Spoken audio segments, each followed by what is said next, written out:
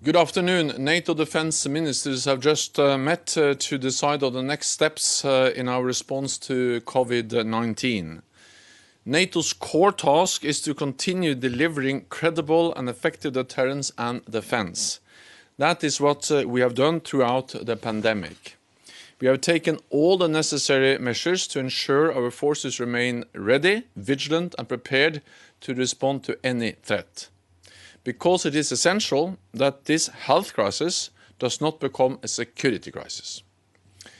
NATO and the Allied militaries have also played a key role in supporting the civilian response to COVID-19.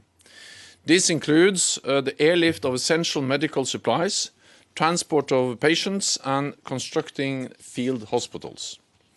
Medical authorities around the world have warned that we could see a second wave in the pandemic. So NATO is preparing to provide strong support to civilian efforts if that happens. Today, ministers took 3 decisions. We agreed a new operation plan to provide support to allies and partners. We also agreed to establish a stockpile of medical equipment and supplies. And we agreed a new fund to enable us to quickly acquire medical supplies and services. I welcome that many allies have offered to donate medical equipment to the stockpile and to contribute to the financing.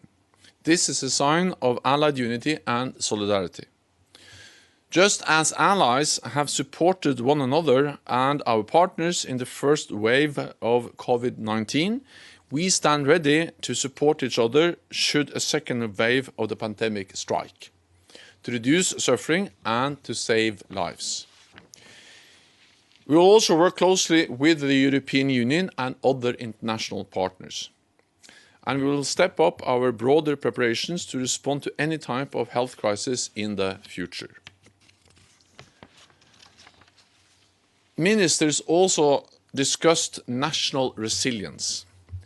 We need to protect our critical infrastructure, such as civil transportation, energy and communications. Resilience is our first line of defense and our collective security depends on it. So today, ministers decided to update NATO's guidelines for national resilience to take greater account of cyber threats, the security of supply chains and consequences of foreign ownership and control.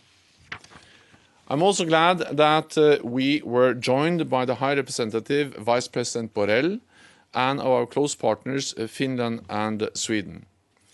We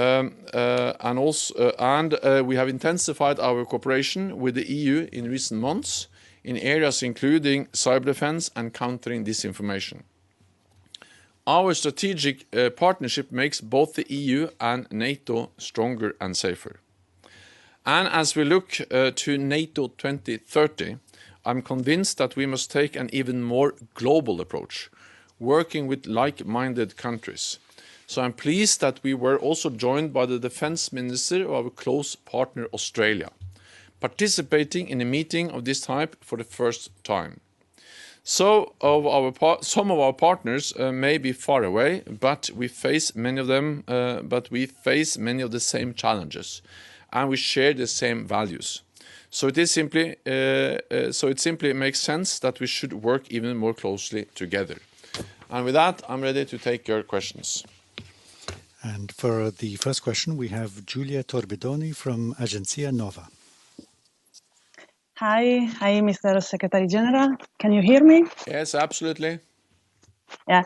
On a potential second wave of COVID-19 and the associated risks of disinformation, I would like to ask which lesson, if I can use this word, have allies in North America and Europe learned from the first wave of COVID-19, and how do you think to work on this issue? Thank you.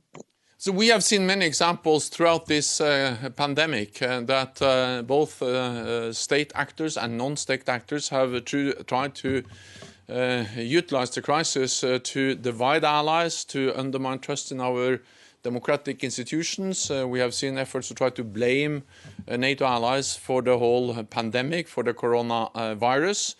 And we have seen that being done in many different ways, including, of course, by using social media. we are responding to propaganda and disinformation.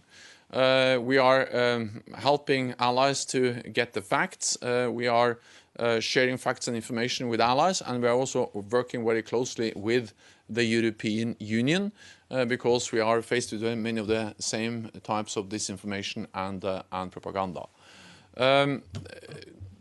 I don't believe that the answer to propaganda is propaganda. I believe that the best way to respond to propaganda is by providing the facts. In the long run, the truth will prevail.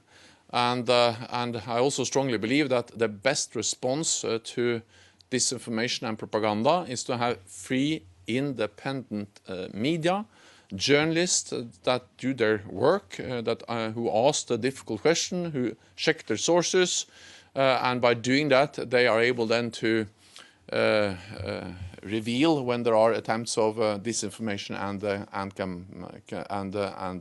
propaganda. So a free and independent press is the best way to make sure that we get correct information, especially in times of crisis. And for the next question, we will go to Damon Wake from Agence France Presse. Good afternoon, Secretary General. Thank you for the question. I would like to ask about the recent incident involving a French vessel with Operation Sea Guardian and the Turkish Navy. Obviously, France has made its allegations about what happened. Turkey has responded. I'd like to know what steps NATO will take to investigate the incident and to prevent any further similar incidents. And more broadly, should NATO allies respect UN arms embargoes? The incident in the Mediterranean was addressed in the meeting by several allies. My message is that we have made sure that NATO military authorities are investing the incident to bring full clarity into what happened. And I think that's the best way now to deal with that, to clarify actually what happened.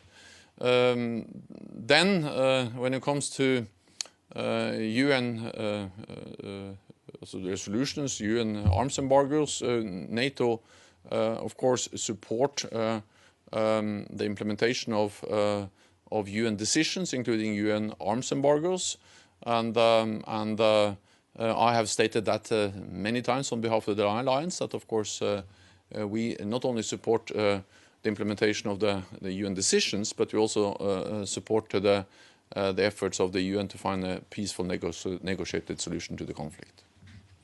And for the next question, we move to Brooks Tigner from Janes.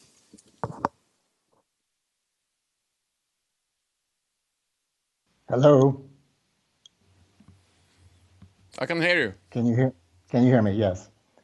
Yes.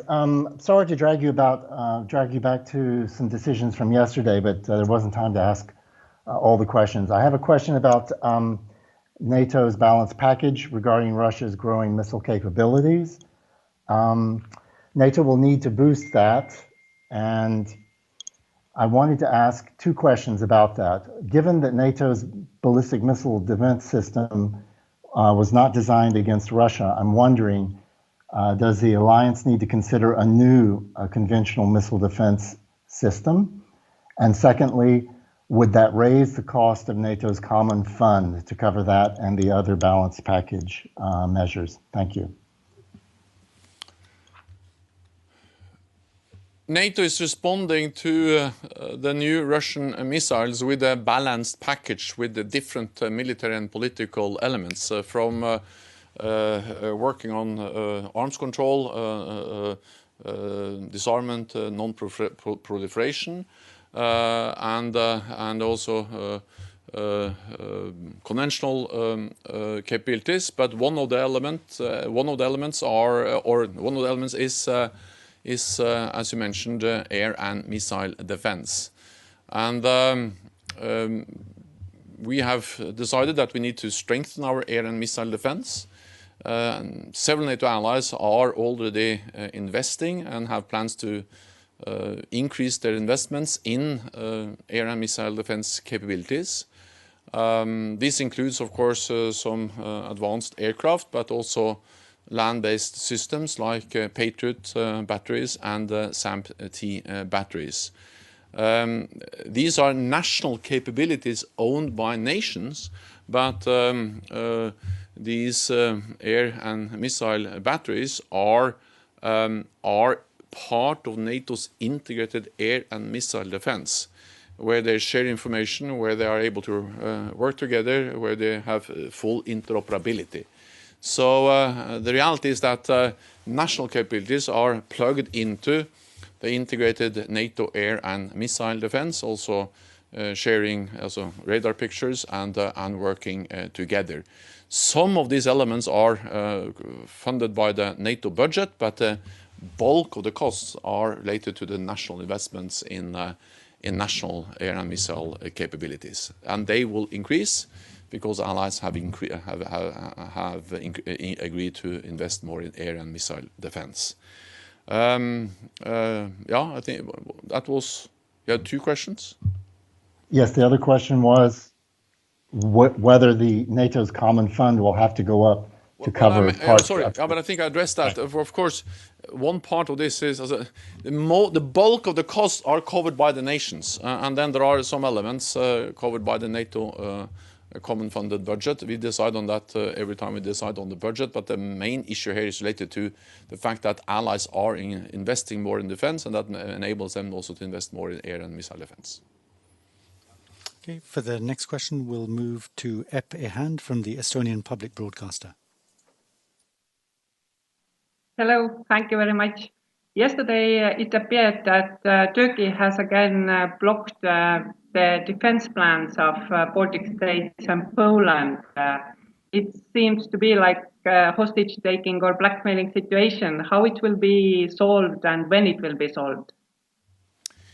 NATO has plans in place to defend all allies, and we have more than plans. We have capabilities in place to defend all allies, and we have proven again and again that these forces, these capabilities are ready, and we have increased readiness, we have increased our capabilities, invested more in modern capabilities, including by deploying combat-ready battle groups to the Baltic countries, including Estonia. So we have plans and we have capabilities. Then these plans are regularly updated, and of course that sometimes requires some discussions among allies because these plans are important.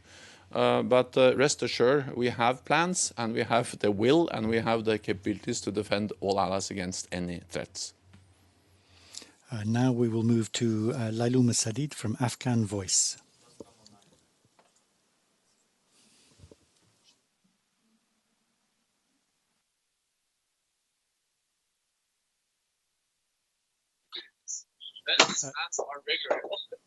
Lailuma, you're online for a question. Hello? Lailuma, please ask your question. Okay. Thank you very much. How does NATO see the peace process going forward and its role in it? And second question, Taliban killed thousands of Afghan citizens, military and non-military. They still demand our government to release all of their prisoners before they are starting anti-Afghan dialogue. But America is asking to not release those 200 Taliban, which is killed U.S. military. Do you support U.S. request to not release their 200 Taliban? If yes, where is the human rights and how do you see this procedure? Because 5,000 Taliban, which is killed Afghans, they want to release them, but not 200 that killed Americans. Thank you. NATO allies support the peace efforts, and we are closer to real inter-Afghan negotiations now than I think we have ever been before. And I welcome that. At the same time, we all realize that the situation in Afghanistan is difficult. We still see violence, we see attacks, we see that there is still a long way to go before we have a lasting, sustainable peace in Afghanistan. But we welcome the efforts, and we welcome the fact that we are closer. We highlight strongly that the Taliban has to live up to their commitments in the agreement they made with the United States. I was in Kabul when the agreement was signed, and I expressed also my support to the peace efforts on behalf of NATO. Then one part of this agreement, the US-Taliban agreement, is, as you mentioned, the release of prisoners on both sides. That's part of the agreement. That's the way to create the conditions for inter-Afghan negotiations. And I'm absolutely certain that the only way to reach a political, sustainable, peaceful solution to the conflict in Afghanistan is to have an Afghan-led and Afghan-owned process. Therefore, inter-Afghan negotiations are so important. When it comes to exactly which prisoners that are going to be released, I don't think it's right if I started to comment on that. I just hope that we will be able, and the parties in Afghanistan will be able to move forward and then get inter-Afghan negotiations up and going. For the next question, we will go to Terry Schultz of Deutsche Welle.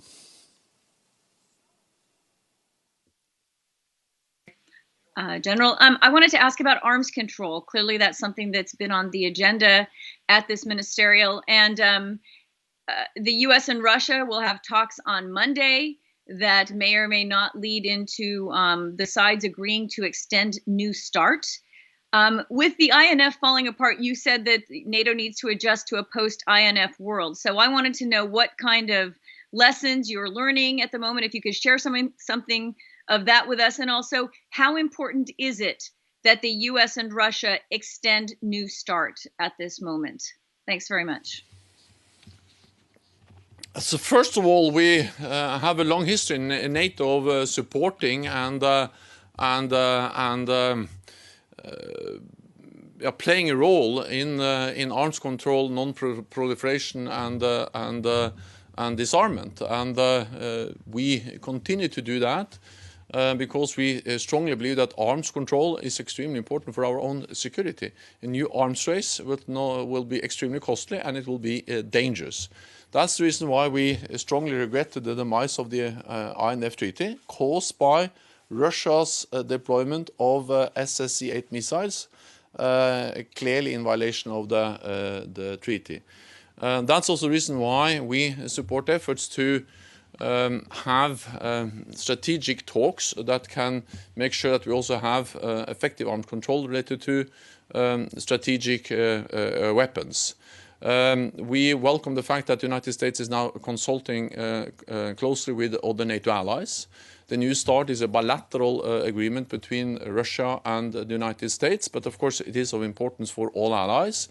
So Special Envoy Billingsley, he has briefed allies, and the United States will continue to consult with allies as they continue the dialogue with Russia. We have also stated that, of course, it is important to have agreements between Russia and the United States, which are balanced and verifiable, but we also need to address the need for China to be part of strategic arms control arrangements, because China is investing now heavily in new strategic weapons, long-range weapon systems, intercontinental ballistic missiles, and therefore China, as a rising global military power, has a global responsibility to be part of global arms control. So, of course, this is an issue which all allies are concerned about. We welcome the consultations between US and NATO allies, and then we hope that we will be able to reach agreements that can ensure that we at least don't weaken the system of arms control, but hopefully that we are actually able to strengthen the arms control architecture, because that has served us well for many, many years. The last thing I will say is that NATO has significantly reduced the number of nuclear weapons in Europe by roughly 90%, but we have maintained a nuclear deterrent in Europe because that's the ultimate security guarantee for European NATO allies. And for the next question, we move to Michael Birnbaum from the Washington Post. Thanks, Secretary General. You're at work on a review of your China strategy. You've also been talking about resilience. And NATO also occasionally touches on issues of foreign interference in elections. I wanted to ask if you thought it would be appropriate for the leader of a NATO country to ask Xi Jinping to take actions to boost his or her chances of re-election, and how doing so might affect the discussions you're having at the alliance about China. Thank you. Allies have expressed again and again that we need to address the consequences of the rise of China, and that was clearly stated at the NATO leaders meeting in December. And for the first time, NATO leaders stated that we, of course, not only have to address the opportunities, but also the challenges related to the rise of China.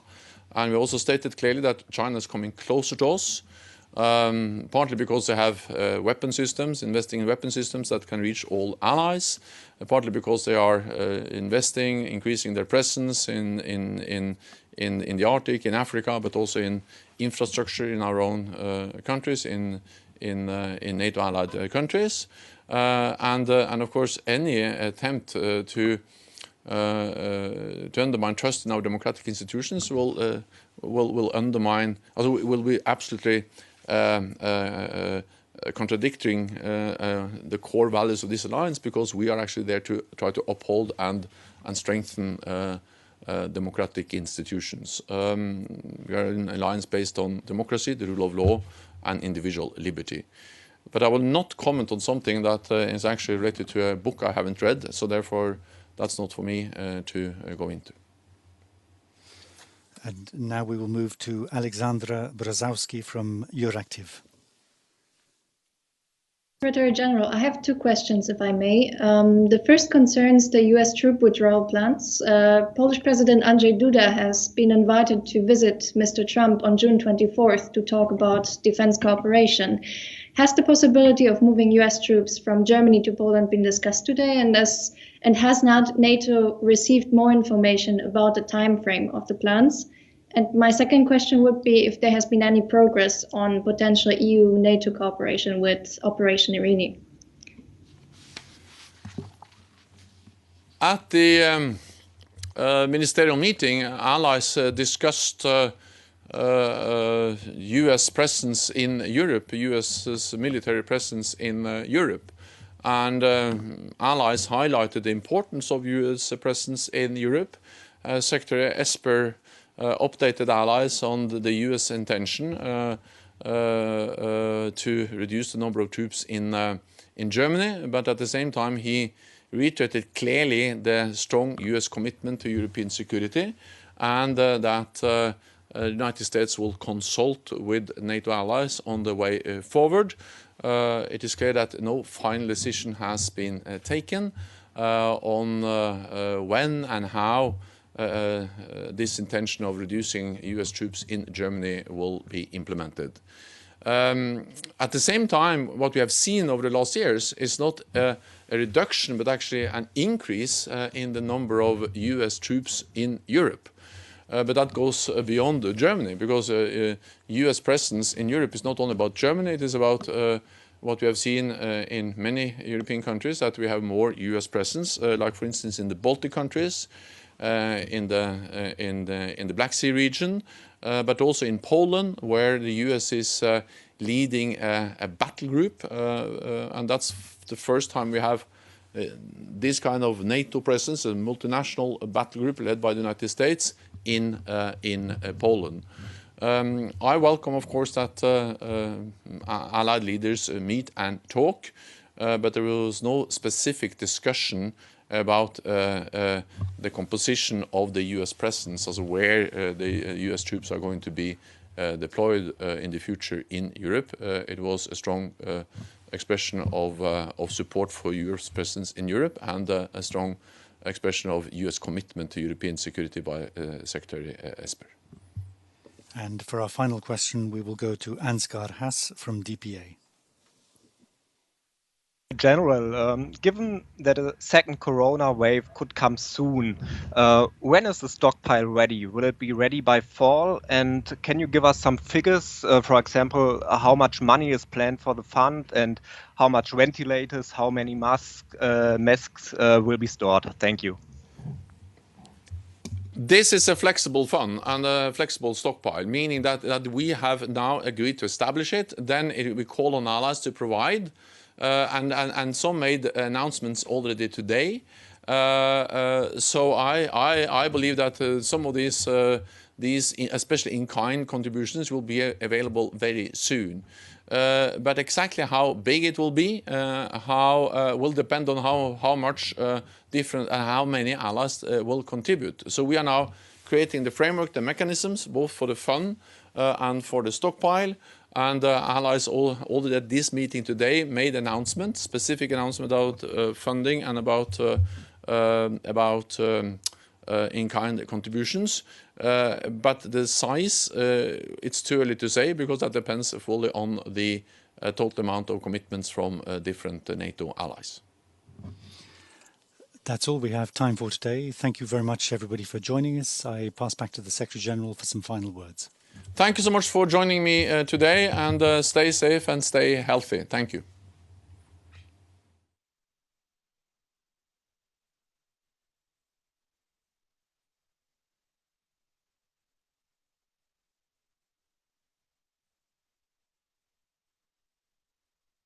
Audio.